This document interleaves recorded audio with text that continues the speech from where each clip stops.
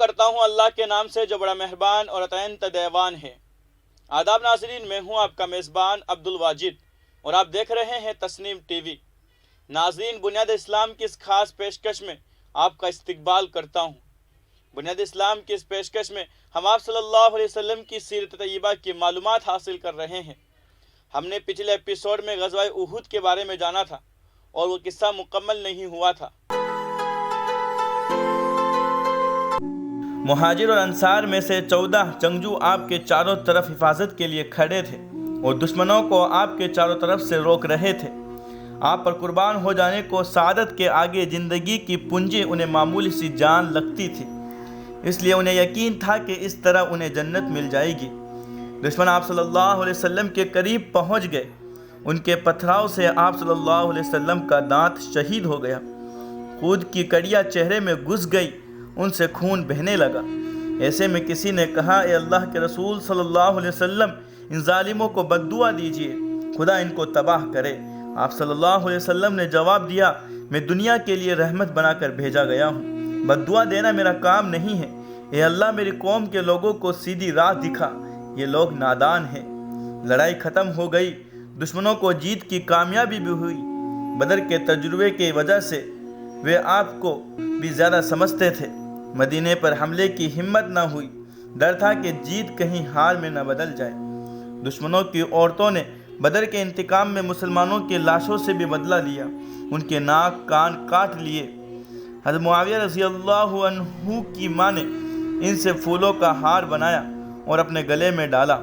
حضرت حمزہ رضی اللہ عنہ کی لاش پر گئی اور ان کا پیٹ چیر کر کلیجہ نکال کر اور چبا گئی، لیکن تکلیف سے حلق سے نیچے اتر نہ سکا، اس لیے اگل دینا پڑا۔ اس لڑائی میں بہت سے مسلمان عورتوں نے بھی حصہ لیا تھا۔ حضرت عائشہ رضی اللہ عنہ اور حضرت ام سلیم جو حضرت انس رضی اللہ عنہ کی ماں تھی، زخمیوں کو پانی پلاتی تھی۔ ٹھیک اسی وقت جب دشمنوں نے پورے زور سے حملہ کر دیا اور آپ کے ساتھ صرف گنے چنے لوگ تھے، حضرت ام عمارہ رضی اللہ عنہ آپ صلی اللہ علیہ وسلم کے پاس پہنچی اور اپنی جان زوخم میں ڈال کر آپ کی حفاظت کرنے لگی۔ دشمن جب آپ کی طرف بڑھتے تو تیر اور تلوار سے روکتی۔ ابن قمیہ جب آپ کی طرف پہنچ گیا تو حضرت ام عمارہ نے بڑھ کر روکا، ان کے کندھے پر زخم لگا اور گڈھا پڑ گیا۔ انہوں نے بھی تلوار ماری، لیکن وہ 2 زرہ پہنے ہوئے تھا، اس لیے گھائل نہیں ہوا۔ حضرت صفیہ رضی اللہ عنہا ہار کی خبر سن کر مدینے سے نکل گئی۔ آپ صلی اللہ علیہ وسلم نے ان کے بیٹے حضرت زبیر کو بلا کر سمجھایا کہ یہ حضرت حمزہ کی لاش نہ دیکھنے پائے۔ حضرت زبیر رضی اللہ عنہ نے آپ کا حکم سنایا، بولی کہ میں اپنے بھائی کی خبر سن چکی ہوں، لیکن خدا کے راستے میں یہ کوئی بڑی قربانی نہیں ہے۔ آپ نے اجازت دے دی، لاش کے پاس گئی۔ عورت کا دل، پیارے بھائی کے ٹکڑے بکھرے ہوئے تھے، لیکن صرف اتنا کہہ کر چپ ہو گئی، ہم سب اللہ کے ہیں اور اسی کی طرف لوٹ کر جانا ہے۔ انصار میں سے ایک عورت کے والد، بھائی، شوہر سب اس لڑائی میں مارے گئے۔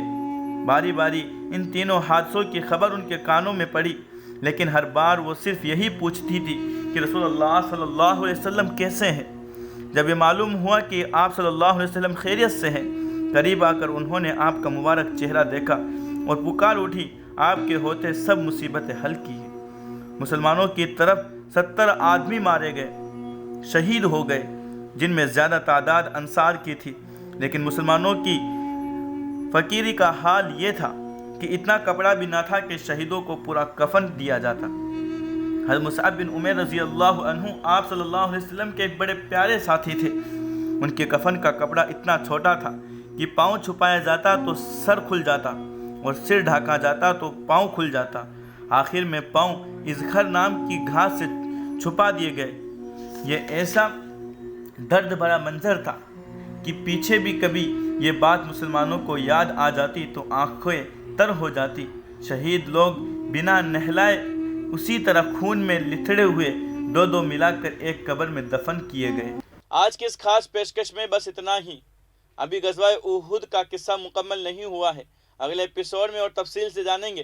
تب تک کے لیے دیکھتے رہیے بنیاد اسلام صرف تسنیم ٹی وی پر، آپ کے میزبان عبد الواجد کے ساتھ۔ اللہ حافظ۔